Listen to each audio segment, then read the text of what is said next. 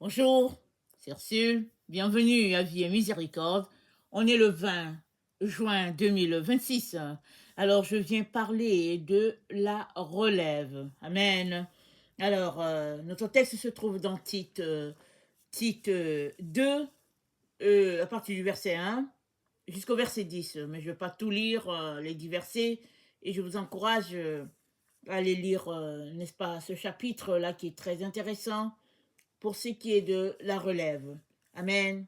Alors, pour toi, je suis dans Tite 2, le verset 1. Pour toi, dis les choses qui sont conformes à la saine doctrine.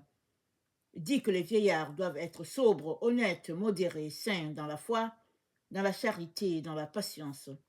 Dis que les femmes âgées doivent être aussi, avoir l'extérieur, qui convienne à la sainteté, n'être ni médisantes, ni à donner au vin, qu'elles doivent donner de bonnes instructions, dans le but d'apprendre aux jeunes femmes à aimer leurs maris et leurs enfants et à être retenues chastes, occupées aux soins domestiques, bonnes, soumises à leur mari, afin que la parole de Dieu ne soit pas blasphémée. Exhorte de même les jeunes gens à être modérés, te montrant toi-même à tous égards un modèle de bonnes œuvres et donnant un enseignement pur, digne, une parole saine, irréprochable, afin que l'adversaire soit confus, n'ayant aucun mal à dire de nous. Amen. Je vais m'arrêter là.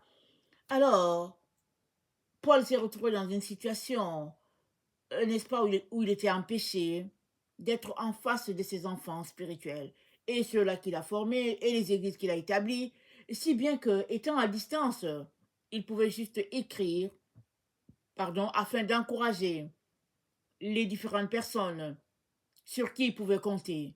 Alors, Tite, bien que très jeune, faisait partie des personnes sur qui Paul a compté pour continuer l'œuvre. Alors, quand nous lisons les œuvres de Paul, Paul dit, il n'y a personne, n'est-ce pas, autour de moi qui prenne à cœur les intérêts du Seigneur. Tous sont préoccupés par leurs propres intérêts. Et Paul, il cherchait qui aurait à cœur l'intérêt du Seigneur. Et Tite fait partie de ces personnes-là, Timothée aussi. Quoique jeune, n'est-ce pas, Paul a compté sur lui pour pouvoir continuer avec l'œuvre de Dieu. Dieu fait pareil jusqu'aujourd'hui. Il nous dit dans sa parole, ne néglige pas ta jeunesse. Alors ne pense pas que parce que tu es très jeune, Dieu ne peut pas t'utiliser. Ne pense pas ça. Tout ce que tu dois avoir, n'est-ce pas, en toi, comme certitude, c'est, as-tu donné ta vie à Jésus? Alors, si tu ne l'as pas encore donné, je viens t'inviter à lui donner ta vie. Parce que Jésus-Christ, c'est le pont entre Dieu et nous. Alors, il est la personne qui a payé le prix, n'est-ce pas, pour nous, parce que nous étions destinés à la mort. Et il s'est offert lui-même, il s'est donné comme rançon, si bien que si tu crois qu'il est mort pour toi, alors tu as la vie éternelle. Tu es passé, ou bien tu passes de la mort à qui t'était destiné, tu passes de la mort à la vie. Amen. Et maintenant que tu es passé de la mort à la vie, il est important que tu puisses bâtir ta relation avec le Seigneur. C'est-à-dire, laisser le Saint-Esprit t'enseigner, te guider, te former. Alors, le Saint-Esprit, il vient comment? Tu donnes ta vie au fait au Seigneur par le Saint-Esprit. Tu appelles le Seigneur à être ton Seigneur et ton Maître par le Saint-Esprit. Et il y a une dose de Saint-Esprit qui est déjà là en toi. Maintenant que tu marches avec le Seigneur, au jour le jour, lui faisant confiance, bâtissant ta relation, le Saint-Esprit en toi va aller en augmentant. Amen. Et puis, c'est aussi bien, n'est-ce pas, d'ouvrir la bouche pour dire à Dieu que tu aimerais de son esprit, que tu aimerais plus, et le Saint-Esprit viendra, n'est-ce pas, il te baptisera de sa présence, de son feu. Amen. Et cet esprit de Dieu en toi, n'est-ce pas, puisque le Saint-Esprit, c'est l'esprit de Dieu. Cet esprit de Dieu en toi va consumer tout ce qui est de la chair. Au fur et à mesure, selon les étapes de ta vie, le Saint-Esprit va t'aider à laisser de côté tout ce qui pourrait te distraire par rapport à l'œuvre à laquelle Dieu t'a appelé, surtout si tu es engagé, n'est-ce pas, à cette œuvre-là, à 100%, comme l'était Tite. Amen. Alors, étant à distance, Paul dit à Tite, il lui dit, alors, sois un modèle. Il dit, pour toi, dis les choses qui sont conformes à la saine doctrine. Ne t'intéresse pas à ce que les autres disent. Pour toi, toi qui t'es engagé à suivre le Seigneur, toi qui as mis de côté, n'est-ce pas, tous tes intérêts pour embrasser les intérêts du Seigneur, pour toi, dis les choses saines, dis les choses pures, assure la relève. Et Paul lui donne les conseils pour ceux qui sont des personnes âgées, pour ceux qui est, n'est-ce pas, des jeunes, et puis il donne les conseils à peu près pour tout le monde. Pourquoi? Parce que c'est important pour la société, c'est important pour l'œuvre de Dieu, c'est important. Partout où nous nous trouvons, nous avons toutes catégories, n'est-ce pas, d'âge. Les personnes âgées, les jeunes, les personnes en âge moyen.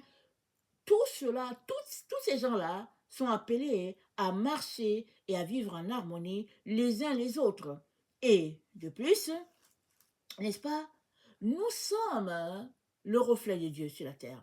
Nous sommes les ambassadeurs de Christ sur la terre. Raison de plus pour nous comporter de manière à rayonner. Amen, ça c'est très très important. Alors, dans Tite 1, au verset 13, Paul dit à son enfant, il dit, ce témoignage est vrai, c'est pourquoi reprends-les sévèrement afin qu'il ait une foi saine. Alors ici, Paul dit quoi? Il dit, il y a en effet, surtout parmi les circoncis, beaucoup de gens rebelles, de vains discoureurs et séducteurs. Ça c'est Tite 1, le verset 10. Alors, Paul dit, parmi les circoncis, à quoi correspond un circoncis aujourd'hui? Un circoncis correspond, il correspondrait à un chrétien. Et Paul dit, parmi les chrétiens, n'est-ce pas, il y a des vains discoureurs, il y a des séducteurs. Cette parole qu'il a donnée au premier siècle, elle est encore vraie pour nous aujourd'hui. Souvent, les discoureurs, les séducteurs, ça peut être nous-mêmes. Amen, ça peut être nous-mêmes. Au lieu qu'on fasse l'œuvre de Dieu, on est là en train de, n'est-ce pas, de parler de manière à séduire les autres, de parler de manière à attirer l'intérêt sur nous, parler de manière à attirer, n'est-ce pas, les écrans sur nous. Et nous sommes exhortés par notre Dieu à laisser toutes ces choses-là de côté. Ça, c'est de la distraction. Ça, c'est de la séduction. Voilà pourquoi c'est dit que à qui il faudrait fermer la bouche. Et fermer la bouche, ça veut dire quoi? Ça veut tout simplement dire à qui il faudrait interdire de dire les choses contraires à ce que Dieu attend de nous. Pourquoi? Parce qu'on est un modèle. On est regardé, on est vu. Si toi, tu n'as pas conscience que les gens te regardent toujours, surtout s'ils ont l'information que tu es un enfant de Dieu. Ils vont savoir, est-ce que c'est un vrai enfant de Dieu ou bien est-ce que c'est un faux? Ils vont savoir, qu'est-ce qu'il fait, qu'est-ce que cette personne-là fait. Alors, est-ce qu'on peut se fier à cette personne-là? Pourquoi? Parce que l'être humain a toujours en lui ce désir-là de communiquer avec Dieu, de connecter avec Dieu. Et souvent, il ne trouve pas, n'est-ce pas, de lien entre les personnes et Dieu. Souvent, il ne voit pas ce qui peut se référer. Et nous sommes encouragés par notre Dieu à être ces personnes-là qui vont le refléter sur la terre, ou bien qui vont le refléter à l'endroit où nous nous trouvons, de telle sorte que, sans que tu aies à dire quelque chose, un mot, les gens puissent dire, ici, c'est le vrai. Ici, n'est-ce pas, cette personne-ci parle de Dieu, cette personne-ci représente Dieu dans son comportement, dans son attitude. C'est ça que nous sommes encouragés à faire.